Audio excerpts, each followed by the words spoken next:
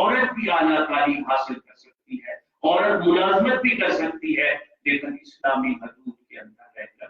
اسلام نے جو حدود متعین کی ہیں، اگر اس کے اندر رہ کر عورت تعلیم حاصل کرے گی، عورت آگے بڑھے گی اور مرد بھی تعلیم حاصل کریں گے، تو پھر معاشرے میں فساد نہیں ہوگا، معاشرے میں توازن ہوگا، اقتدار ہوگا۔ تو علامہ اقبال جو ہے وہ حقوق نسواں کے بھی قائم ہیں، ان لباس اللہ کو وانتم لباس اللہ کے قائم ہیں، اور وہ فرنگی تہذیب سے بچنے کی تلقین کرتے ہیں۔ انہوں نے ضیاء وہ علم جو شاعر تھے ترکی کے، ان کا بھی حوالہ اپنے ایک لیکچر میں دیا ہے، اور انہوں نے کہا ہے کہ انہوں نے اسلام کے جو قوانین ہیں ان کو انہوں نے ترقی کے راستے میں رکاوٹ قرار دیا ہے۔ سید ابو الحسن علی ندوی رحمۃ اللہ علیہ نے بھی فرمایا تھا کہ ضیاء وہ پہلا ترکی کے جدید جو ذہن ہے اس کے معماروں میں اولین حیثیت رکھتے ہیں۔ تو علامہ اقبال کا سب سے بڑا جو فکر کا خوبی ہے وہ وحدت ہے، توازن ہے، اعتدال ہے، اور انہوں نے اسلامی تعلیمات میں مرد اور عورت کے مابین میوچولیٹی آف ریلیشن شپ پر زور دیا ہے، جینڈر ایکویلٹی پر زور نہیں دیا۔ بہت بہت شکریہ۔ ماشاء اللہ جناب ڈاکٹر طالب حسین سیال صاحب، اس جذبے سے آپ اپنا جو تحقیقی کام ہے اس کا خلاصہ پیش کر رہے تھے۔ اب دوسرے جو مقرر جو انعام حاصل کریں گے ان کا تعلق کرناٹک میڈیا سے ہے۔ مسافت کی وجہ سے، باقی کچھ انتظامات نہ ہونے کی وجہ سے وہ خود تو تشریف نہیں لا سکے، لیکن اپنا ویڈیو پیغام انہوں نے بھیجا ہے، تو ان کی جو حوصلہ افزائی کے لیے میں سامعین سے گزارش کروں گا کہ آپ اس کو سماعت فرمائیں۔